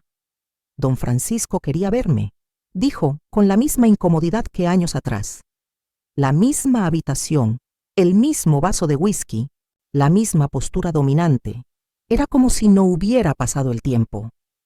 Don Francisco no perdió tiempo en sutilezas. «Entonces estás esperando un hijo», dijo, con la voz cargada de un significado que solo nosotros dos comprendíamos plenamente. «El hijo del mecánico». Instintivamente, coloqué mis manos sobre mi vientre en un gesto protector. Don Francisco observó el movimiento con una sonrisa fría. Ahora parecía mayor, con mechones blancos que dominaban por completo sus sienes y arrugas profundas que estropeaban su rostro. Pero el poder que emanaba de él permanecía intacto por el tiempo. «Creo que debemos renegociar nuestro acuerdo», continuó, haciendo girar el whisky en su vaso. «Las circunstancias han cambiado. El miedo se convirtió en furia dentro de mí. Este niño, esta vida inocente que crece en mi vientre, no será manchada por tus manos sucias». «No hay nada que renegociar», respondí, sorprendiéndonos a ambos con la firmeza de mi voz. «Ya he pagado bastante, con mi trabajo, con mi silencio». Don Francisco arqueó una ceja, no acostumbrado a que lo desafiaran. «Entonces quizás sea hora de que tu esposo conozca tu pasado. ¿Quién eres realmente?» «Él me ama», respondí, aunque un escalofrío me recorrió la espalda al imaginar la reacción de Eduardo ante toda la verdad. «Eso no cambiaría». «Amor», dijo don Francisco como si fuera una broma. «El amor es frágil ante mentiras como las tuyas. Piénsalo. Tu marido descubre que su esposa no solo era mi amante, sino que además tuvo un hijo ilegítimo que murió en el parto. ¿Qué clase de hombre sigue amando a una mujer que ocultó semejante secreto?» Sus palabras impactaron con cruel precisión. Eduardo era amable, generoso, pero también profundamente tradicional, criado con estrictos valores familiares. ¿Cómo reaccionarías ante tal revelación? Y aunque su amor sobreviviera a la verdad, ¿cómo viviríamos bajo la vergüenza pública que seguramente esparciría don Francisco? Nadie en la pequeña comunidad católica de Ciudad Juárez nos miraría de la misma manera. «¿Qué? ¿Deseas?», finalmente pregunté derrotado. Lo que quería era simple y terrible. Mi hijo, mi futuro hijo con Eduardo, quedaría registrado con el apellido Valenzuela, no Ramírez. Don Francisco sería nombrado padrino del niño, dándole una razón legítima para estar presente en su vida. Estas exigencias le serían explicadas a Eduardo como condiciones para que mi benefactor siguiera ayudando económicamente a nuestra familia. A cambio, don Francisco aumentaría mi salario en la fábrica y le ofrecería a Eduardo contratos para el mantenimiento de los vehículos de la empresa. Una propuesta que podría parecer generosa a los ojos de mi marido, pero que en realidad era una forma de extender su control sobre nosotros. «Si se niega», añadió don Francisco, «no solo le diré la verdad a su marido, sino que también me aseguraré de que nunca más consiga trabajo en Ciudad Juárez. Es sorprendente cómo un simple rumor sobre prácticas deshonestas puede arruinar la reputación de un mecánico». Salí de esa reunión sintiéndome nuevamente violada, esta vez no físicamente, sino a un nivel más profundo. Don Francisco había encontrado una manera de robar incluso el futuro de mi hijo no nacido. Durante días caminé dormida, tratando de encontrar una manera de salir del laberinto de manipulación que él había construido a mi alrededor. Le conté a Eduardo una versión suavizada de la propuesta, que mi ex benefactor quería ser el padrino del bebé y ofrecer ayuda financiera a cambio. Como era de esperar, Mi marido vio esto como una oportunidad bendita, una oportunidad de darle a nuestro hijo más de lo que nosotros teníamos. El peso de otra mentira hizo que el embarazo, que debería haber sido un período de alegría, se convirtiera en meses de constante ansiedad. A medida que mi vientre crecía, mi alma parecía encogerse bajo la sombra cada vez más alargada que don Francisco proyectaba sobre nuestras vidas. Nuestro hijo nació en una cálida noche de junio. Un niño sano con los ojos de Edward y, para mi alivio y culpa simultáneos, sin ningún parecido visible con don Francisco. Le llamamos Miguel, nombre elegido por Eduardo en honor a su abuelo. El parto fue difícil, pero incomparablemente más llevadero que el que tuve bajo el olivo años atrás. Esta vez estaba en un hospital modesto pero limpio, con médicos y enfermeras, con Eduardo tomándome la mano, secándome el sudor, susurrándome palabras de aliento. El bautizo de Miguel tuvo lugar 2 meses después de su nacimiento, en la misma iglesia donde Eduardo y yo nos casamos. La ceremonia debería de haber sido un momento de pura alegría, pero la presencia de don Francisco la convirtió en una actuación tensa, en la que cada uno de nosotros desempeñó un papel cuidadosamente ensayado. Llegó en su lujoso auto, trayendo regalos carísimos que Eduardo aceptó con genuina gratitud, completamente inconsciente del precio real que pagamos por esa generosidad. Durante la ceremonia, cuando el sacerdote preguntó si el padrino aceptaría la responsabilidad de ayudar a guiar al niño en la fe cristiana, los ojos de don Francisco se encontraron con los míos a través de la pila bautismal. Su sonrisa contenía una promesa velada de que su influencia sobre Miguel no sería meramente simbólica. Los años que siguieron establecieron un patrón perturbador. Don Francisco aparecía en nuestra casa sin avisar, trayendo regalos para Miguel, juguetes, ropa y, veces, libros escolares caros. Eduardo veía en estas visitas solo el interés de un hombre rico y sin hijos por su ahijado. Miguel, a medida que crecía, desarrolló un afecto genuino por su padrino, quien siempre tenía historias interesantes sobre lugares lejanos y parecía genuinamente interesado en su progreso académico. Ver el vínculo creciente entre ellos era como sentir un cuchillo girando lentamente en mi corazón. Cuando Miguel cumplió 7 años, don Francisco hizo su movimiento más audaz hasta entonces. Se ofreció a pagarle una educación de élite, un internado en Ciudad de México, conocido por producir hijos de la aristocracia del país. Eduardo dudó por primera vez. Amaba demasiado a nuestro hijo como para enviarlo lejos, incluso con la promesa de oportunidades que nunca podríamos brindarle. Fue durante esta discusión que me di cuenta de que necesitaba actuar antes de que don Francisco lograra alejar a Miguel de nosotros por completo. Comencé a planificar nuestra huida meticulosamente. Durante años había guardado pequeñas cantidades de dinero en un escondite del que ni siquiera Eduardo sabía nada. Investigué ciudades distantes donde pudiéramos empezar de nuevo, tal vez Monterrey, o incluso al otro lado de la frontera con Estados Unidos, donde la larga mano de don Francisco tal vez no nos alcanzaría. El reto sería convencer a Eduardo de abandonar todo lo que había construido, su próspero taller, su familia, la vida que conocíamos en Ciudad Juárez. Y para eso, finalmente, tendría que decirle la verdad. Elegí una noche en la que Miguel estaba durmiendo en casa de un amigo. Preparé la cena favorita de Eduardo. Abrí una botella de vino barato, pero especial, que guardábamos para ocasiones importantes. Cuando llegó a casa del trabajo, cubierto de grasa, pero sonriendo como siempre, casi pierdo el coraje. Este buen hombre que me había dado una vida mejor de la que jamás soñé que merecía, estaba a punto de descubrir que toda nuestra relación estaba construida sobre mentiras. Empecé desde el principio, con la voz temblorosa pero decidida. Le conté de mi infancia en Hermosillo, de la visita de don Francisco a nuestra casa cuando solo tenía 12 años, de las noches en su oficina. Las palabras salieron como veneno finalmente expulsado de una herida que llevaba mucho tiempo supurando, Eduardo escuchaba en silencio. Su rostro era una máscara cada vez más pálida y rígida. Cuando llegué a la parte del embarazo, él se levantó bruscamente de la mesa, dándome la espalda. Pensé que se iba a marchar, que no soportaría oír el resto, pero él se quedó allí, con los hombros tensos, esperando a que continuara. Y así lo hice.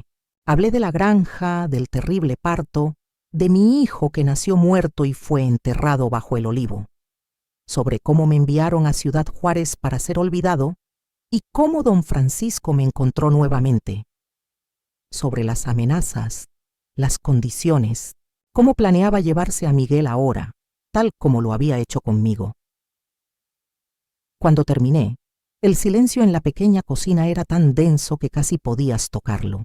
Eduardo permaneció de espaldas durante largo rato. Cuando finalmente se dio la vuelta, su rostro estaba surcado de lágrimas silenciosas. No había ira en sus ojos, solo una profunda tristeza y determinación que nunca había visto antes. Mañana, dijo simplemente, comenzaremos a planificar. La reacción de Eduardo me sorprendió profundamente. Donde esperaba ira, encontré compasión. Donde temía el rechazo, recibí comprensión. Esa noche, me abrazó como si intentara absorber años de dolor acumulado, repitiendo que no era mi culpa, que solo había sido una niña, una víctima de la crueldad de un hombre poderoso. Su único arrepentimiento fue no haber confiado en él antes, haber llevado ese peso sola durante tanto tiempo. Juntos somos más fuertes, dijo, ahuecando mi rostro entre sus manos callosas por el trabajo. Siempre lo hemos sido. En las siguientes semanas, planificamos nuestra huida con el cuidado de quienes sabían que se enfrentaban a un enemigo poderoso y despiadado. Eduardo vendió el taller discretamente, difundiendo el rumor de que tenía problemas de salud que requerían un clima diferente. Convertimos nuestras pocas posesiones en dinero.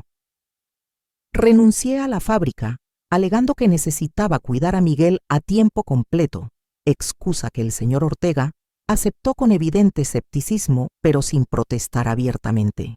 Nuestro destino sería Tijuana, en la frontera opuesta del país, donde Eduardo tenía un primo lejano que podría ayudarlo a encontrar trabajo. Desde allí, eventualmente, intentaríamos cruzar a los Estados Unidos. Lo más difícil fue preparar a Miguel para el cambio sin revelar la verdadera razón. A los 8 años ya se sentía apegado a su escuela, a sus amigos y dolorosamente a su padrino. Le explicamos que era una gran aventura, una oportunidad de conocer nuevos lugares. Prometimos que haríamos nuevos amigos, que habría una playa real donde podríamos nadar los fines de semana. Aceptó la situación con la resiliencia propia de los niños, aunque su mayor duda era si don Francisco podría visitarlo en la nueva ciudad. Estará triste sin mí, dijo Miguel una noche, rompiéndome el corazón con su inocente preocupación por un hombre cuyas intenciones no podía comprender. Programamos nuestra salida para un martes normal, cuando don Francisco estaría de viaje de negocios en Monterrey. Tomaríamos un autobús hasta Chihuahua y de ahí varios más hasta Tijuana, tomando rutas indirectas para dificultar cualquier intento de rastreo. Todo fue cuidadosamente planeado. Cada detalle fue comprobado y vuelto a comprobar. El día antes de partir, mientras recogía mis últimas pertenencias, oí que llamaban a la puerta. Eduardo estaba en casa de su padre, despidiéndose, discretamente, y Miguel estaba jugando en el pequeño patio trasero. Dudé, sintiendo un escalofrío de aprensión recorrer mi columna. A través de la fina cortina, vislumbré la inconfundible silueta de don Francisco. Mi primer instinto fue no responder, fingir que no había nadie en casa. Pero entonces oí la voz de Miguel saludando alegremente a su padrino en el patio. Debió haber entrado por detrás, como solía hacer en ocasiones. Con el corazón latiéndole con fuerza, abrí la puerta principal. Don Francisco entró sin esperar invitación, recorriendo con la mirada la habitación parcialmente desmantelada, las maletas a medio hacer, los armarios vacíos. ¿Planeando un viaje?, preguntó con falsa indiferencia. Su tono era amigable, pero sus ojos eran fríos como el hielo. Miguel entró corriendo por la puerta trasera, abrazando las piernas de don Francisco con genuino cariño. El contraste entre la inocencia de mi hijo y la maldad calculada de ese hombre me enfermó. Mientras Miguel charlaba sobre la aventura en la que estábamos viviendo, los ojos de don Francisco no se apartaron de los míos. Escuchó al niño con aparente atención, haciendo preguntas apropiadas y obteniendo cada detalle de nuestros planes directamente de la fuente más inocente posible. Cuando finalmente le propuso a Miguel ir a buscar un regalo que había traído en el auto, aprovechó nuestro momento a solas para dejar caer su máscara. ¿De verdad creíste que podías huir de mí? Su voz era baja, casi un susurro, pero llena de una amenaza que me heló la sangre. Después de todo lo que he hecho por ti, después de recuperarla cuando debería estar muerta en alguna zanja, después de darle a tu hijo oportunidades que tú nunca pudiste darle. Don Francisco se acercó, invadiendo mi espacio personal como lo había hecho tantas veces en el pasado. Agradece que sea un hombre misericordioso. Podría destruir a tu familia ahora mismo, pero aún tengo planes para Miguel. Tiene potencial, tiene mi sangre. La puerta principal se abrió de repente, interrumpiéndolo. Eduardo entró, deteniéndose bruscamente al ver a don Francisco en nuestra habitación. Los dos hombres se miraron fijamente en un momento de reconocimiento mutuo. Ya no eran padrino y padre agradecido, sino enemigos mortales que finalmente se veían como realmente eran. El silencio que se instaló en aquella habitación era denso como la niebla. El tiempo pareció detenerse mientras Eduardo y don Francisco se evaluaban mutuamente. Miguel regresó en ese momento, portando una caja elaboradamente envuelta, completamente ajeno a la tensión palpable entre los adultos. Edward fue el primero en romper el silencio. Su voz tranquila enmascaraba la furia que podía ver en sus ojos. Miguel, ¿por qué no le muestras tu habitación a tu padrino por última vez? Seguro que le gustaría ver cómo has organizado tus cosas para el viaje. Nuestro hijo asintió con entusiasmo, tirando de la mano de don Francisco. El hombre mayor dudó un momento, calculando la situación con los ojos, antes de dejarse llevar por el pasillo. Tan pronto como desaparecieron, Eduardo se volvió hacia mí. Él lo sabe, susurré innecesariamente. Alguien debió haberlo contado. Quizás el señor Ortega, o alguien de la fábrica, o... No importa cómo se enteró, interrumpió Eduardo con voz tensa pero controlada. Lo que importa es lo que hacemos ahora. No tuvimos tiempo de elaborar un nuevo plan. Don Francisco regresó a la habitación sin Miguel, explicando casualmente que el niño estaba ocupado, mostrando sus libros favoritos a uno de sus guardaespaldas que lo acompañaba. Esta información, que no estábamos solos, que había hombres, de don Francisco en nuestra casa era una amenaza implícita que no pasó desapercibida. Edward instintivamente se posicionó entre él y yo como un escudo. Acabemos con esta farsa, dijo don Francisco, abandonando toda pretensión de cordialidad. No te vas a ningún lado. El niño se queda en Ciudad Juárez, donde puedo asegurarme de que reciba la educación y las oportunidades que merece. Miguel es nuestro hijo, respondió Eduardo, y cada palabra tenía una dignidad que enfureció visiblemente al otro hombre. Nosotros decidimos lo que es mejor para él. Don Francisco se rió, un sonido frío y sin humor. Tu hijo, ¿estás seguro? ¿Tu esposa te contó todo sobre nuestro pasado, sobre tu primer hijo? ¿Cómo puedes estar seguro de que Miguel es realmente tuyo? Esa insinuación, esa cruel mentira, estaba calculada para sembrar la semilla de la duda, para sacudir la confianza recién establecida entre Eduardo y yo. Vi el golpe que golpeó a mi marido como una bofetada física. Vi la incertidumbre momentánea en sus ojos. Pero solo duró un instante antes de que la determinación regresara. No importa de quién sea la sangre, dijo Eduardo con voz firme. Miguel es mi hijo en todo sentido. Lo crié, lo amé, lo protegí, y seguiré haciéndolo. La respuesta pareció sorprender a don Francisco, quien esperaba que su bomba causara más destrucción. Su rostro se endureció, abandonando las manipulaciones sutiles por amenazas directas. «Tengo suficiente influencia en esta ciudad para destruirte sin mover un dedo», declaró. «Una llamada, y la policía encontrará drogas en tu garaje, Eduardo. Otra llamada, y aparecerán testigos que afirmarán haberte visto agredir a tu esposa. Una tercera, y las autoridades de bienestar infantil decidirán que no eres apto para ser padre». Mientras hablaba, don Francisco caminaba por la habitación como un depredador que rodea a su presa. O podemos hacerlo de la manera fácil. Miguel se queda conmigo durante el año escolar, asistiendo a la escuela que he elegido para él. Podrás verlo en días festivos y vacaciones. A cambio, te proporcionaré capital para un nuevo taller donde decidas vivir y una generosa pensión para tu esposa. La propuesta fue presentada como razonable, casi magnánima, pero para nosotros equivalía a entregar a nuestro hijo al diablo. Eduardo y yo intercambiamos miradas y tuvimos una conversación silenciosa. En ese momento, sin palabras, tomamos una decisión que cambiaría el curso de nuestras vidas para siempre. «No», dijo Edward simplemente. Don Francisco detuvo su recorrido por la habitación, con la incredulidad evidente en su expresión. No estaba acostumbrado a los rechazos, especialmente de personas que consideraba inferiores. «No entiendes la situación», dijo en voz peligrosamente baja. «No fue una oferta, fue un ultimátum». Eduardo dio un paso adelante, acortando la distancia entre ellos.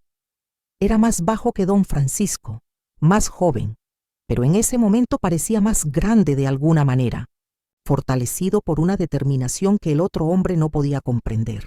«Lo entendemos perfectamente», respondió. «La respuesta sigue siendo no». La expresión del rostro de don Francisco se transformó lentamente, como una tormenta que se avecina en el horizonte. La arrogancia y la confianza dieron paso a algo más, primario y peligroso, una rabia que conocía muy bien. Con un movimiento rápido, sacó una pistola del bolsillo interior de su chaqueta. El metal brillaba en la luz amarilla de nuestra pequeña habitación, apuntando directamente al pecho de Eduardo. «He sido paciente más allá de lo razonable», dijo con la voz temblorosa por la ira contenida. «Pero mi paciencia se ha acabado. Vista, niño, viene conmigo ahora, o su padre morirá aquí mismo». El tiempo pareció ralentizarse en ese momento crítico. Podía escuchar a Miguel en su habitación, mostrándole sus tesoros de la infancia a su guardaespaldas, completamente ajeno al drama que se desarrollaba a solo unos metros de distancia. Eduardo se mantuvo firme, aunque podía ver el miedo en sus ojos, no por él mismo, sino por lo que nos sucedería a Miguel y a mí si él ya no estaba allí para protegernos. Me moví antes de darme cuenta de lo que estaba haciendo. Años de sumisión y miedo dieron paso a un instinto protector más poderoso que cualquier amenaza. Me coloqué entre Eduardo y el arma, mirando directamente al hombre que me había robado la infancia y ahora amenazaba con destruir la familia que había construido con tanto sacrificio. «No me quitarás nada más», dije con voz sorprendentemente firme. «Ni mi marido, ni mi hijo». Se acabó, don Francisco. Algo en mi postura, en mi negativa final a inclinarme ante él, pareció desconcertarlo momentáneamente. La mano que sostenía el arma vaciló, solo por un segundo, pero fue suficiente. Eduardo aprovechó ese momento de vacilación para lanzarse hacia adelante, agarrando la muñeca de don Francisco y forzando el arma hacia arriba. El disparo sonó como un trueno en nuestra pequeña casa. La bala se alojó en el techo. Los dos hombres lucharon por el control de la pistola, cayendo sobre la mesa y derribando sillas en su desesperada lucha. Corrí a la habitación de Miguel, donde encontré a nuestro hijo acurrucado en los brazos del guardaespaldas, quien parecía tan sorprendido como asustado por el sonido del disparo. «¡Policía!», grité. Edward llamó a la policía. Era mentira, pero la urgencia en mi voz era lo suficientemente convincente. El hombre dudó, dividido entre sus órdenes de proteger a Miguel y su instinto de ayudar a su jefe. Aproveché su indecisión para arrebatarle a mi hijo de los brazos y correr hacia la puerta trasera. El patio nunca nos había parecido tan grande cuando corríamos hacia la puerta que conducía a la calle lateral. Detrás de nosotros se oyó otro disparo, seguido de un grito que me heló la sangre, la voz de Eduardo. De dolor o de furia, imposible distinguirlo. Mis instintos gritaban que regresara para ayudarlo, pero Miguel temblaba en mis brazos, llorando de pánico. Por un momento terrible quedé paralizada por la elección imposible: regresar con mi marido o proteger a mi hijo. Entonces, como en respuesta a mi agonía silenciosa, Eduardo apareció en la puerta trasera, con sangre fluyendo de un corte profundo, en su frente pero vivo y moviéndose. «¡Correr!», gritó, «yo lo sostendré. Nos vemos en el lugar que acordamos». Atravesamos la puerta y nos adentramos en las calles del barrio obrero en el que vivíamos. El crepúsculo pintaba las sencillas casas de tonos naranjas y rojos mientras corría con Miguel en brazos. El peso del niño de 8 años ponía a prueba los límites de mi fuerza. Los vecinos me miraban con curiosidad desde sus ventanas, algunos reconociendo mi desesperación y cerrando discretamente sus cortinas. En Ciudad Juárez aprendieron desde temprano a no involucrarse en los problemas ajenos. Nuestro punto de encuentro de emergencia fue la pequeña capilla de San Judas Tadeo, santo de las causas imposibles, a 10 cuadras de nuestra casa. Eduardo y yo habíamos establecido este plan sin creer nunca realmente que necesitaríamos usarlo. Mientras corría, oré en silencio, no solo para que llegáramos sanos y salvos, sino también para que Eduardo pudiera escapar.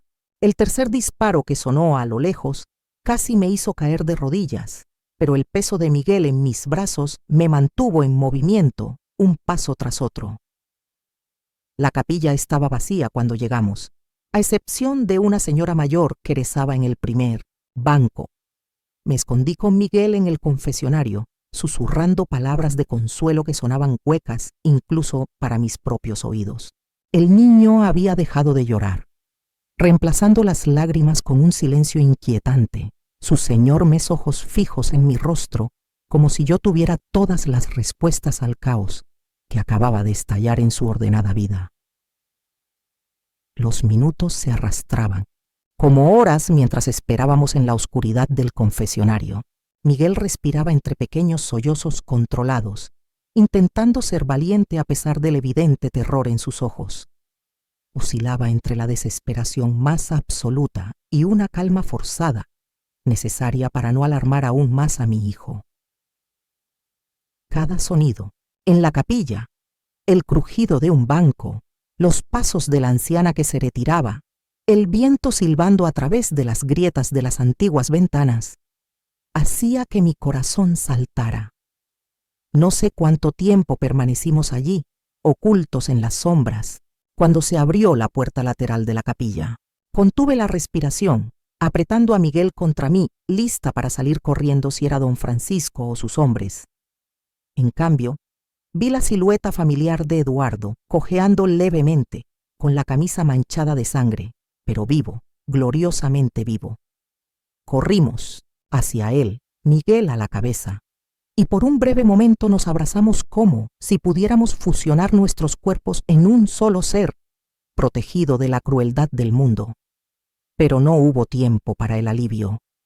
«Tenemos que irnos ahora», susurró Edward. «La policía está en nuestra casa. Don Francisco ha sido baleado». Las palabras cayeron como piedras en aguas quietas. «¿Muerto?», pregunté, incapaz de procesar completamente la posibilidad. Eduardo meneó la cabeza. «No sé. Había mucha sangre. El arma se disparó durante el forcejeo. Caímos juntos y de repente ya no pudo moverse. No esperé a comprobarlo». La comprensión de la gravedad de nuestra situación cristalizó como hielo en mis venas. Si don Francisco muriera, nos perseguirían sin piedad. Si estuviera vivo, Su venganza sería implacable. En cualquier caso, no podíamos quedarnos en Ciudad Juárez, ni siquiera en México. Nuestra única esperanza era la frontera, y necesitábamos llegar a ella antes de que el poder y la influencia de don Francisco cerraran todas las salidas. El plan que se formó en las horas siguientes nació de la desesperación. Eduardo conocía a un hombre, colega del taller, que ocasionalmente transportaba grupos de migrantes a través de la frontera por caminos poco vigilados en el desierto. Una opción peligrosa en condiciones normales, absolutamente aterradora en nuestras circunstancias. Pero no teníamos elección. No puedo contar en detalle el viaje que siguió. No por falta de memoria. Cada momento de aquellos 3 días en el desierto está grabado en mi alma como cicatrices en mi cuerpo, sino porque incluso ahora, tantos años después, el temor de que aquel cruce pudiera, de algún modo, rastrearse hasta nosotros todavía me paraliza. Baste decir que sobrevivimos al calor despiadado del día, al frío cortante de la noche, a la sed que convierte la mente en un caleidoscopio de alucinaciones. Miguel demostró una resiliencia que me sorprendió y me rompió el corazón al mismo tiempo. Ningún niño debería tener que ser tan fuerte. Cuando finalmente cruzamos a territorio americano, éramos sombras de nosotros mismos, deshidratado, exhausto, pero libre, al menos de la presencia física de don Francisco. Su fantasma, sin embargo, nos acompañaría durante muchos años, materializado en pesadillas nocturnas, en sobresaltos ante el más mínimo ruido inesperado, en la costumbre de comprobar constantemente si alguien nos seguía. Construimos una nueva vida en un pequeño pueblo de Arizona, adoptando nuevos nombres, creando nuevas historias. Eduardo encontró nuevamente trabajo como mecánico. Su talento superó la barrera del idioma. Miguel creció, fue a la escuela, hizo amigos y finalmente fue a la universidad. Una vida normal y corriente, el mayor regalo que pudiéramos haber recibido. Nunca supimos con certeza qué pasó con don Francisco. Años después, cuando Internet hizo posible la búsqueda de noticias antiguas, encontré una pequeña nota en un periódico de Chihuahua que mencionaba que se había recuperado de un accidente doméstico y continuaba con sus actividades comerciales. La noticia fue un alivio al saber que no nos buscaban por asesinato, pero también renovó el temor de que un día pudiera encontrarnos. Ese día nunca llegó. Supimos de fuentes fidedignas que don Francisco murió hace 6 años de un infarto.